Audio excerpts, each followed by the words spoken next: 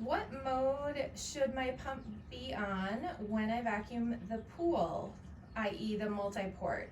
Do you vacuum in filtration mode or do you use one of the other settings?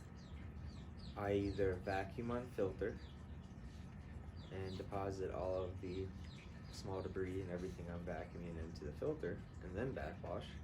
Or if it's a really dirty pool, or I'm trying to get rid of water or anything like that, I vacuum on waste. Any caution when you're vacuuming on waste? What should you watch for? Flooding the neighbor. I mean, you're running your water out of your backwash line. So when you do that, just realize if you're vacuuming on waste, chances are it's going to be running longer than a normal backwash. So just be cognizant of where the water's going. If it's going into the drain at the street, then I'm assuming that's not an issue. If it's going to some lower portion of a sub that's going to end up flooding a neighbor or something, then that could be a problem. The other thing is just if you're on waste, don't vacuum out so much water that you end up sucking dry out of the skimmer.